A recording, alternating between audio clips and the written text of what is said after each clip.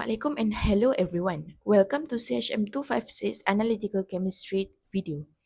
We'll explore Chapter 1 Introduction to Analytical Chemistry. Let's dive into the fundamentals step by step. So I'm sure your first question is, what is analytical chemistry? Allow me to explain. Analytical chemistry is all about identifying and measuring chemical substances in a sample. It helps us understand what's in a material and how much of each component is present. We break it into two main types, qualitative and quantitative analysis. Qualitative tells us what substances are there. Quantitative tells us how much of each substance is present. Firstly, qualitative analysis focuses on identifying what substances are present in a sample. It's like detective work for chemicals. We look for evidence of specific elements, ions or compounds without worrying about how much is there. For example, you might test water to see if it contains lead or check food for the presence of a certain dye. Techniques used in qualitative analysis include color tests, precipitation reactions, flame tests, or spectroscopy to detect specific wavelengths of light given off by elements. Quantitative analysis, on the other hand, tells us how much of each substance is present. This is about measurement. If qualitative tells us lead is there, quantitative analysis tells us how many milligrams per liter of lead there are. Quantitative methods require precision and often use instruments to measure concentrations very accurately. Techniques include titrations, gravimetric analysis, and instrumental methods like atomic absorption, spectroscopy, or chromatography. In real-world applications, both types are important. For example, in environmental testing, we need to know if a pollutant is present and also whether its concentration exceeds safety limits. In pharmaceuticals, both analyses ensure drugs contain the right ingredients and at the right doses. So, analytical chemistry gives us the tools to both identify substances and measure them accurately, which is essential in fields like medicine, environmental science, forensics, and manufacturing. The process of chemical analysis is systematic and methodical, involving 6 essential steps that are ensure accuracy, reliable, and meaningful results. The first step is to define the problem, which involves clearly understanding the purpose of the analysis and identifying what specific informations or chemical parameters are required. This could be determining the concentration of a substance, identifying the presence of contaminants, or assessing the composition of a complex mixture. A well-defined problem set guides the entire analytical process and ensures that the results will be relevant and actionable. Once the objective is clear, the second step is selecting a suitable analytical method. This involves researching scientific literature, considering available resources, and choosing a technique that is appropriate for the type of analysis needed, whether it to be qualitative, quantitative, or both. Factors such as sensitivity, accuracy, cost, time, and instrument availability are all taken into account when selecting a method. For instance, chromatography could be more suitable for separating and identifying organic compounds. The third step is obtaining a representative sample from the bulk material. This is a critical part of the process because chemical analysis is usually performed on a very small fraction of the entire substance. If the sample does not accurately reflect the overall composition, the results will be misleading. Next comes the fourth step, ensuring the sample is homogeneous. Homogeneity means that the chemical composition of the sample is uniform throughout. If there are variations within the sample, such as different concentration in different areas, it can introduce significant errors into the analysis. The fifth step is sample preparation, which is often one of the most labor-intensive parts of the process. In this step, the sample is processed to make it suitable for analysis. This could involve cleaning it to remove surface contaminant, dissolving it in a solvent, filtering out solids, or diluting it to bring the concentration within the optimal range for the chosen method. After the sample is prepared, the sixth step is the actual measurements. This is where the chosen analytical technique is used to obtain data from the sample. It may involve comparing the sample's response to the offness standards using calibration curves, perform replicate measurements to ascertain precision and calculate uncertainty. Finally, after obtaining the measurements, the data must be carefully analyzed and interpreted.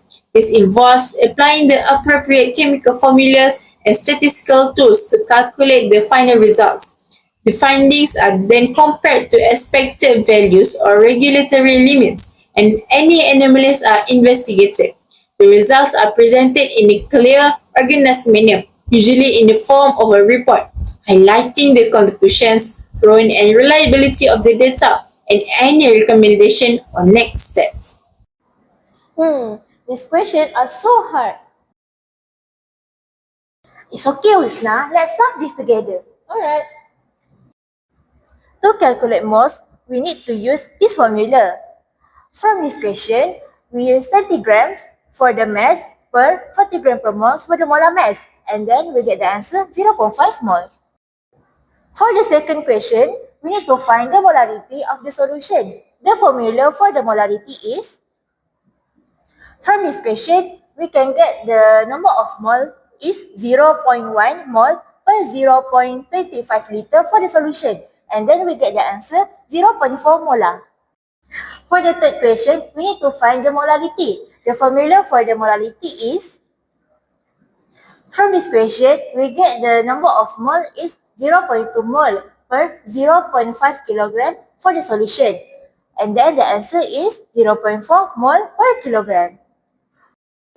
Now, do you understand? Yes, I understand. Today, we will learn two common solution concentration problem. One using percent by weight and density, and the other one using dilution.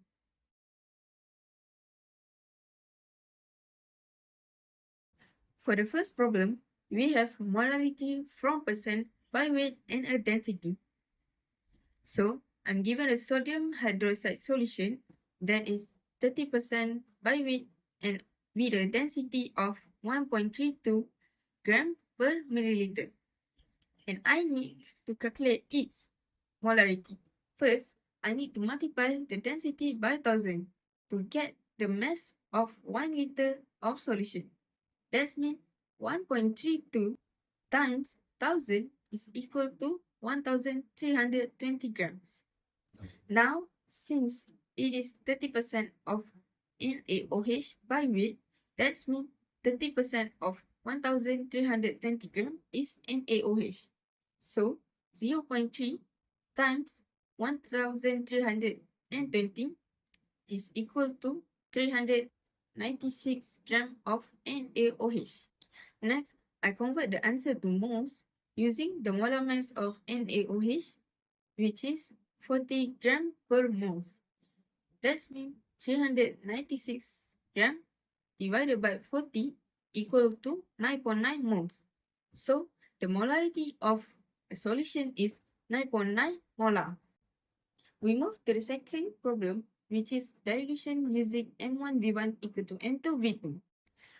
For the second problem, I want to make 500 milliliter of 0.5 molar sulfuric acid H2SO4 from a 12 molar stock solution.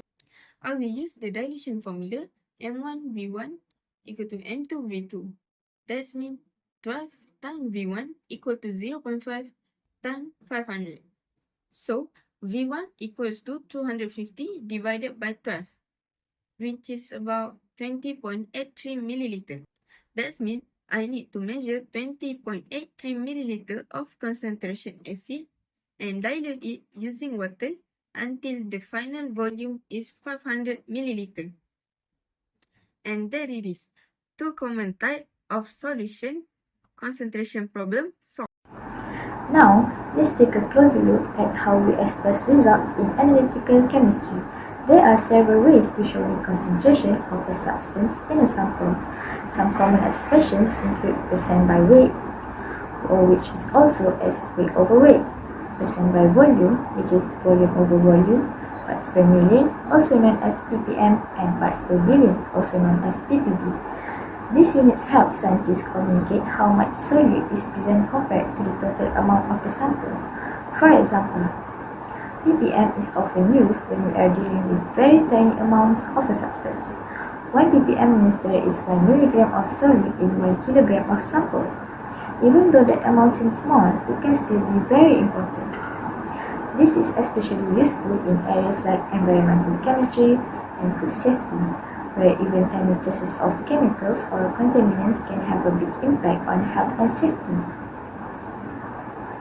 So, to summarize, analytical chemistry is about identifying and quantifying substances in a sample through a structured process. We define the problem, select methods, prepare and analyze samples, calculate results, and express them using the right units. Thank you for watching. Don't forget to review the formulas and steps and try to practice questions to strengthen your understanding. See you in the next chapter. Assalamualaikum and goodbye.